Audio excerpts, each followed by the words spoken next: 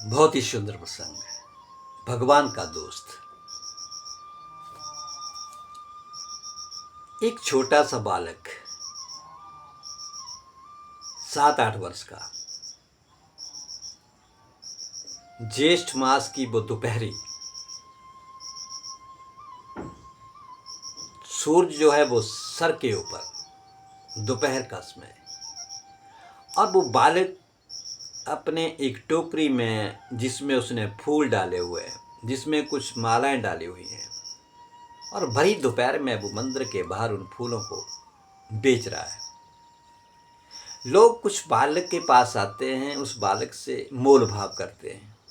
हमारी आपकी सबकी आदत है कि हम जब किसी वस्तु को खरीदना चाहते हैं, किसी चीज़ को लेना चाहते हैं, तो हम उस दुकानदार से, उस बेचने वाले से हम मोल भाव करते हैं। वो बालक उस हार की कीमत कोई 10 रुपया, कोई कहे कोई 8 रुपया, छोटे बड़े हार दे करके बात करे।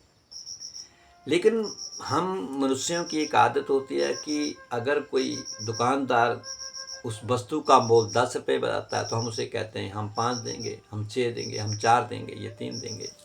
इस तरह हम सब लोगों की आदत है, मजबूरी से हम भरे पड़े हैं। भले ही वो व्यक्ति उस वस्तु को 8 में ला करके 10 में बेच रहा है, इतना उसका बनता है, 2 रुपये उसने भी कमाना है, उसका भी घर परिवार है।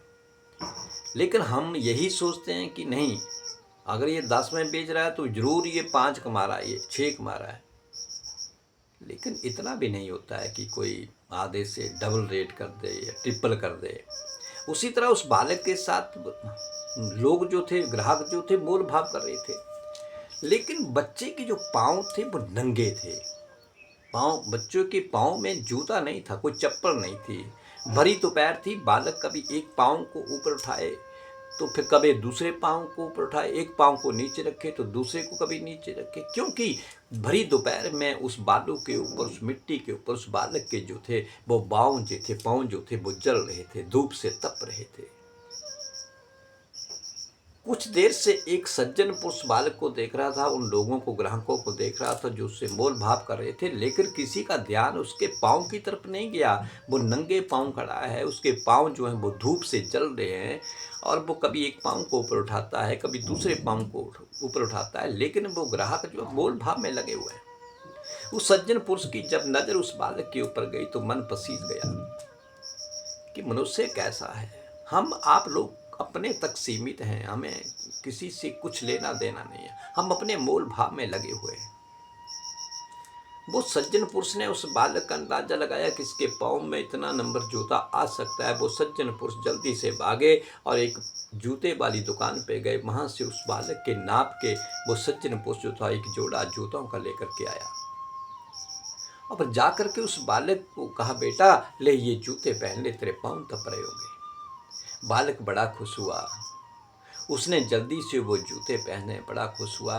उस सज्जन पुरुष का हाथ पकड़ लिया और सज्जन पुरुष से कहने लगा, क्या आप भगवान हो?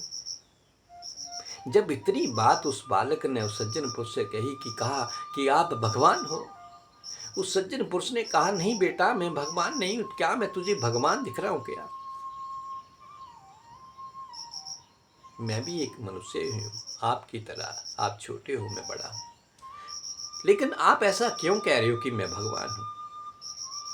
उस बालक ने बड़े सुंदर लहजे से वो बात कहा, कल मैं जब सोने जा रहा था तो मैंने भगवान से अरदास की थी, भगवान से मैंने ये विनती की थी कि भगवान मेरे पाँव बहुत जलते हैं, धूप में बहुत जलते हैं मेरे पाँव, मुझे बहुत तकलीफ होती है, तो भगवान मुझे कल जूते देना। और देखो, मेरी बात भगवान ने सुनी तो मुझे आपने जूते दिए, तो आप भगवान ही हो ना, मेरी बात को माना ना। आम मनुष्य इस बात को कैसे जान पाता कि मुझे जूते चाहिए थे? ये भगवान ही जान पाएगा। जब इतनी बात उस बालक ने उस व्यक्ति से कही, उस सज्जन पुरुष से कही, उस सज्जन पुरुष की आंखों से अश्रु आ गए। वो वहां से मुस्कुराता हुआ वो सज्जन पुरुष चला गया और मन के भीतर विचार करने लगा, भगवान होना तो नहीं, लेकिन भगवान का दोस्त होना बड़ा आसान है, मुश्किल नहीं है। जीवन में अगर दो बातों को अगर आप याद रखो,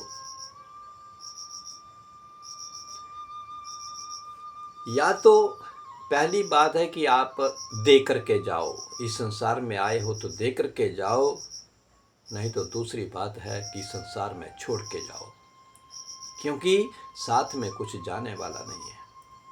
इसलिए जो आपके पास इस वक्त है, अगर आप जितना हो सकता है, अगर आप किसी लाचार की, किसी असहाय की, किसी गरीब की अगर मदद कर सकते हैं, तो आपके पास जो है उसकी कीमत है, उसकी वैल्यू है। क्योंकि आपके पास जो है, अगर आप उसको किसी को दे करके नहीं जाओगे, दान पुण्य करके नहीं जाओगे, तो उसको यहीं पर छोड़ के जाओगे, क्योंकि साथ में जाना मुनासिब नहीं है, साथ में कुछ नहीं जाएगा। इसलिए अपने हाथों से जितना किसी का मदद हो सकती है तो उतना आप कर सकते हो। भगवान होना तो नहीं, भगवान का मित्र, भगवान का दोस्त, भगवान का सखा होना सबसे आसान है, कोई मुश्किल नहीं है। बस एक बार करके देखो, उस सज्जन पुरुष की तरह करके देखो। तो इस प्रसंग को आप अवश्य लाइक करें और शेयर करें। सबको राधे राधे।